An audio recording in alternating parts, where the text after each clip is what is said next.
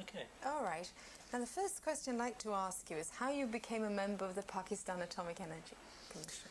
I was a professor here in 1957, and that's about the time when Pakistan government decided to set up the commission, and they were looking for physicists. And clearly I was the only Pakistani scientist who was in the public eye because I was a professor here. So I was asked to become a member. Did you have a particular speciality? Physics. What could you tell me about that? Well, I am a particle physicist, which is the nearest branch to nuclear physics.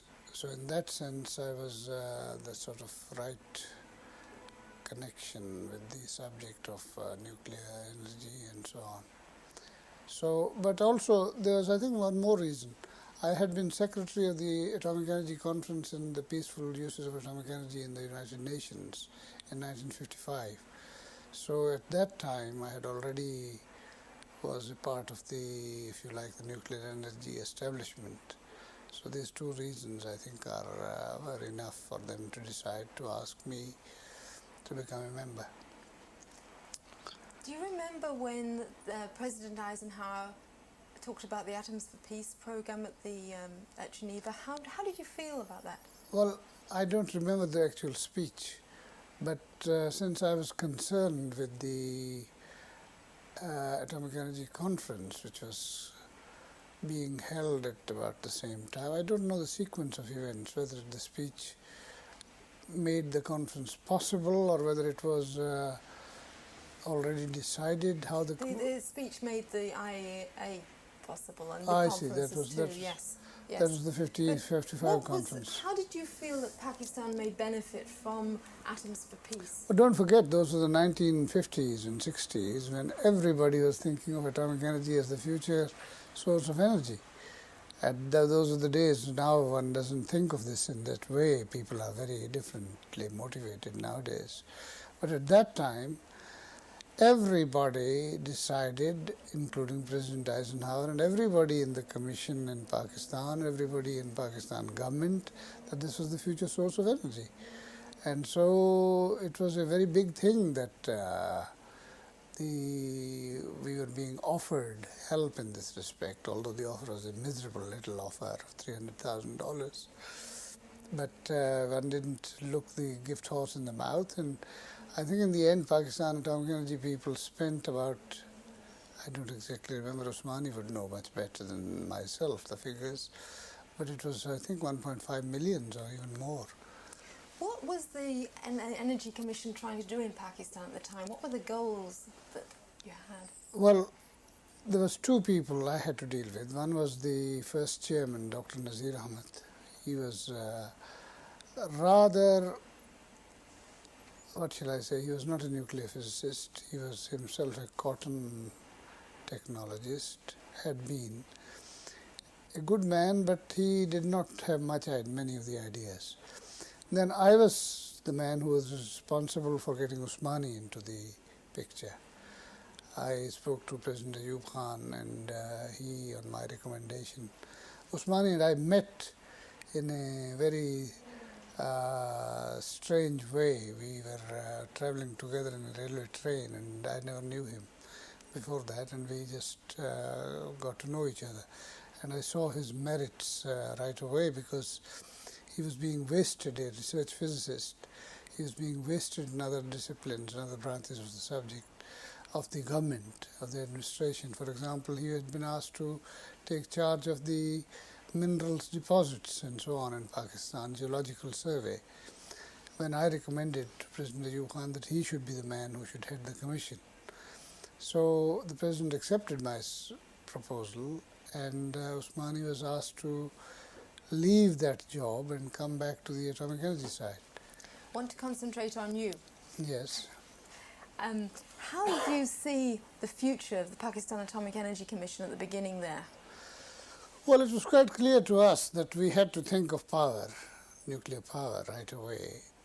And in the meanwhile, the important point was to get the commission, like all the commissions in the world, to train the manpower in Pakistan. There was no other body in Pakistan which was training people, you see. And who's that? Oh dear. Yeah, let's stop it. Sorry, let me just ask you, what were the goals that you set out to achieve at that? You see, there was two goals. One was the goal of training people in all disciplines relating to atomic energy. Pakistan had no training programs whatsoever in basic sciences or in applied sciences. And that was the first goal, which Usmani and I together were busy with. We got about 600 people trained under the umbrella of the Atomic Energy Commission. These 600 were not all physicists. They were physicists, mathematicians, they were health scientists, they were engineers, they were all disciplines of which was remotely connected. Even remotely connected, mathematics is not very well connected with atomic energy. But we thought this was a good umbrella to get people trained, and so we made lists, we selected the boys, we got them placed here and elsewhere, and even we built the space sciences under that umbrella. I don't know if Usmani talked to you about that. Did these scientists were trained in America and in Britain? In Britain, Could you just explain that again? How did Pakistan benefit from this sort of this nuclear cooperation as it was in that period? Well, nuclear cooperation is a totally different thing. Oh, I mean, these were men trained in the universities of yes. here as well as in the US. It was all part of Atoms for Peace that these... Well, not always. Not always? No, for example, all the ones who came here were paid for by us, by Pakistan. So what did Pakistan set out to achieve in this early time? Well, as I said, number one was to get training for people in all disciplines of science, and that we fully succeeded in. Pakistan's total research manpower now consists of those people we trained. It's not been added on to, regretfully, very regretfully. And so that we succeeded admirably in. The second goal, which was quite clear to us, was to build up laboratories in various research disciplines. The Pinstick laboratory is just one of them, but there are several other laboratories, the one in Faisalabad, for example, on nuclear agriculture. We called it nuclear agriculture because that's the only way we could get money, but it was agriculture. And it's one of the best agriculturally important laboratories in Pakistan. So that was the second. So we were building up science, if you like, not just nuclear physics, nuclear sciences, but science in general, under the guise of, under the umbrella of the atomic energy. Atomic energy was likely to get money. We were going to exploit that, and we did, very successfully, both Usmani and I. And that's our greatest achievement. The second achievement was to get a nuclear reactor built in Pakistan and to show that nuclear reactors could be built and operated by Pakistanis safely and for the future, because as I say, at that time everybody was talking of nuclear power. And so a nuclear power reactor was built in Pakistan by the Canadians, which is operated by the Pakistanis now. This is the Kanup reactor, as you know. And that was also successful. So both these ideas were quite successful by the years 1972. You were a participant and also a leading member of the Geneva Peace That's right, that's right. There were two conferences held in 55 and 58, of which I was scientific secretary. 55 was a very important conference for me personally, because that was the first time I got in touch with the United Nations. I entered, as I've described it elsewhere, I entered that edifice and I fell in love with it immediately. I thought this was really the family of man in all its colors and hues and all its various ways of behavior and so on. And this was the thing to serve. And that's what I have been serving since 1964, as you probably know, at the Atomic Energy International Center for Theoretical Physics at Trieste. That's the center which I founded, and for which I made the suggestion at the IAEA forum, because I was a delegate from Pakistan at the 1960 conference. So for me it was a very important occasion, 1955 conference. Then in 1958 I was again asked to become the one of the 20 scientific secretaries, and I was also concerned with that. And then after that, of course, 1960 onwards, I was spending all my time trying to lobby and to found the center at Trieste. Can I interrupt you? Do you remember the other speakers at Geneva? Well, one of the most important speakers at the first conference was Niels Bohr. Oh, let me start with Bhabha, who was the chairman of the whole conference. He was the atomic physicist from India. And he was the one who, I think, from our point of view, committed the supreme indiscretion, which was very good, which was very, very helpful to the future generations, that he mentioned fusion in his very first address. Fusion was supposed to be a hush-hush subject, which you were not supposed. It's a very interesting. I was reflecting last night on the sort of times of those. First of all, science was very much more important than it is now. Scientists were much more believed in. There was a science advisory committee which consisted of Rabi and Bhabha and several people, and a man, Goldschmidt, I think, was a member, and there was a Russian, very tall man who discovered the positrons earlier, but I've forgotten his name. But anyhow, these men were sort of supremos. They were looked upon as really the great wizards of the age, and the United Nations organization looked upon them in a way which no scientist has since attained the credibility of. Then at the meeting itself, as I said, Bhabha made that wonderful speech, which led to the fusion being the important subject in the 58 conference. 55 already, it was fusion-less. But for the president to make the very first talk on fusion was rather important, because it brought the sort of, what do you call it, the declassification of the fusion business. Then the most memorable talk for me was that of Niels Bohr at the first conference, in the 55 conference. I don't think Usmani was there. He was not yet inducted into atomic energy. Let me just ask you, what do you remember Niels Bohr as saying? Niels Bohr's speech was Niels Bohr's speech was rather just interesting. Excuse me. Niels Bohr's speech was very interesting. Sorry, one more time. Niels Bohr was speaking on the promise of nuclear energy and peace and so on. It was an interesting speech because he, as a true Dane, spoke English in an atrocious accent, absolutely atrocious. So somebody had the brilliant idea. He was speaking in the big hall in Geneva, very big hall, and about 3,000 people were listening to him. And somebody had the brilliant idea of putting an English speaker, a proper English speaker, onto the English channel. So you could either hear him speaking English or his words translated into proper English, just read out properly, into the English channel. And that was one of the very amusing episodes in the whole meeting. He had the trick of lowering his voice, like all Danes do, whenever there was an important point to be made. And that was corrected by the English speaker. Then the 58 conference was important because Dr. Eklund, who became subsequently the Director General of the IAEA in '62, was the Supreme Scientific Secretary. He was number one, and we were his underlings, 20 of us.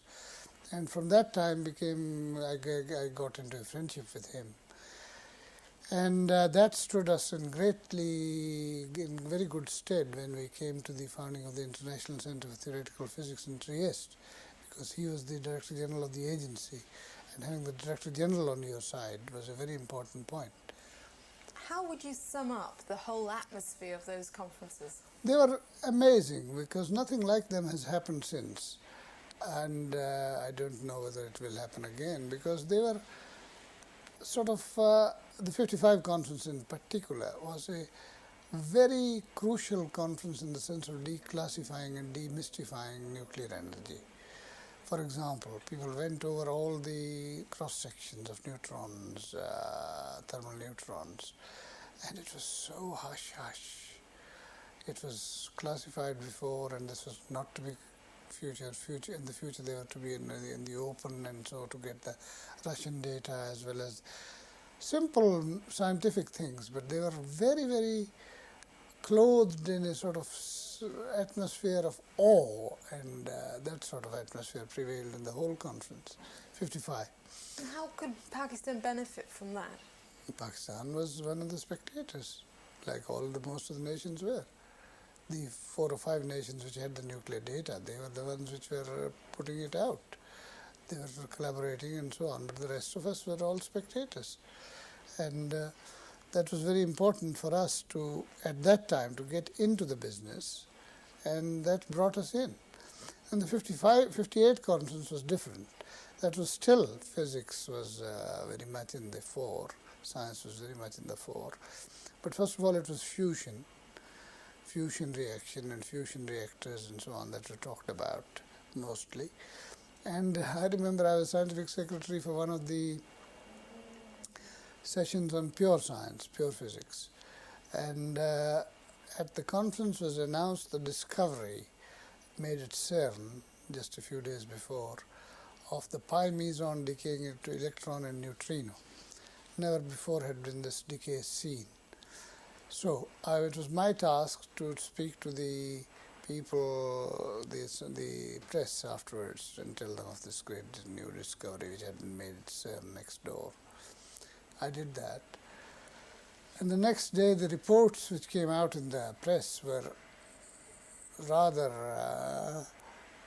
I think the Times reported it like this. It said, Professor Salam was the scientific secretary who told us about this great discovery, and he told us also that young people were dancing in the streets of Lahore.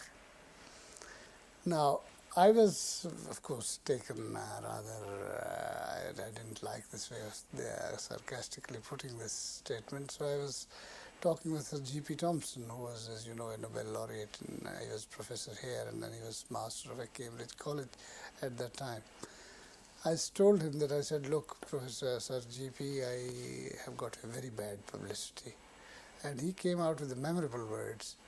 He said, Salam, no publicity is bad publicity. Of course, I'm sure President Reagan doesn't think that now. How are we doing on time? 2 minutes. Okay. Were you supportive of the Project Ploughshares, which was the PNE idea? No. I think I had a debate with Teller once about this project. That's the only time I met Teller in person. I have great respect for his scientific abilities, of course. But I think we were on opposite sides in Lahore in 71, was it? No, earlier, much earlier. 62 perhaps, 61 or 62. Can we just start that again? You don't have to worry about the detail, just, were you supportive of Project?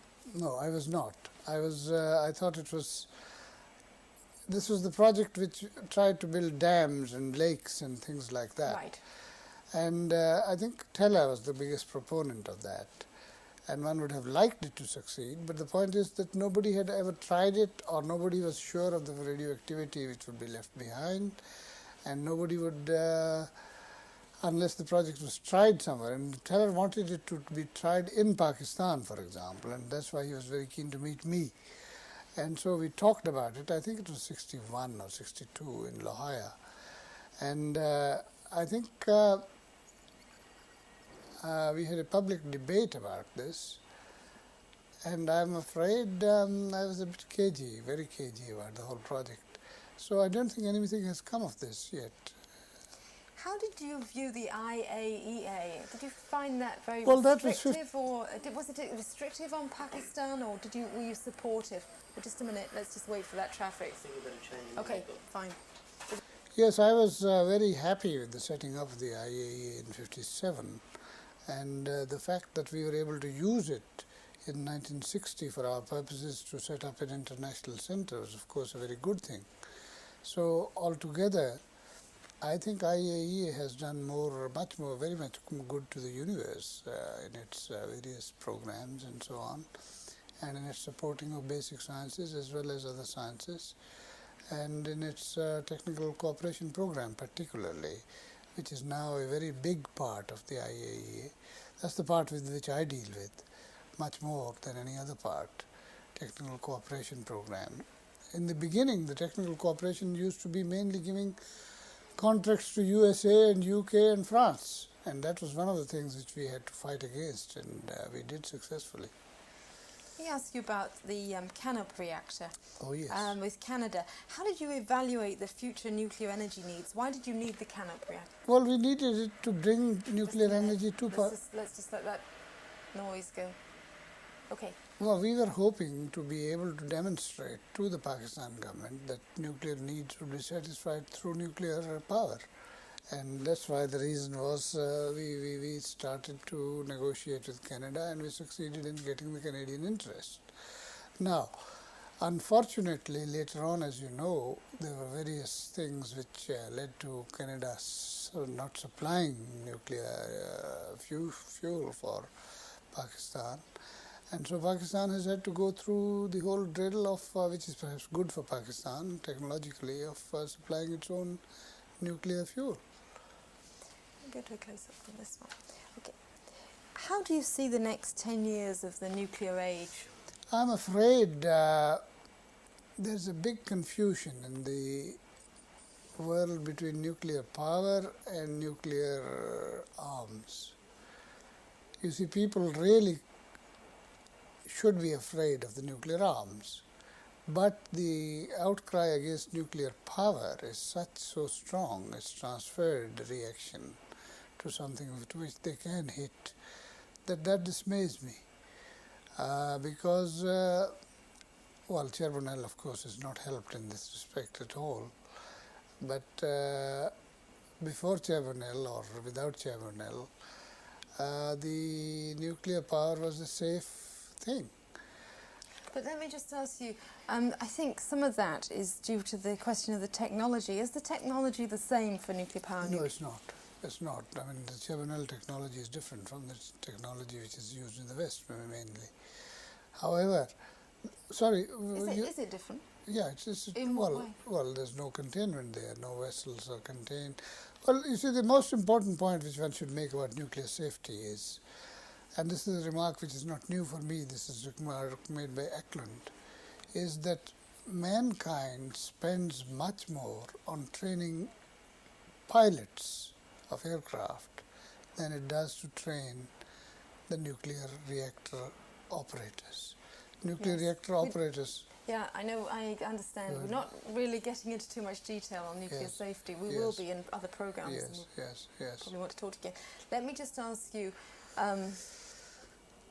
Personally, I would like to see that the nuclear age in terms of power does come, because there is no long-term future for developing countries without nuclear power.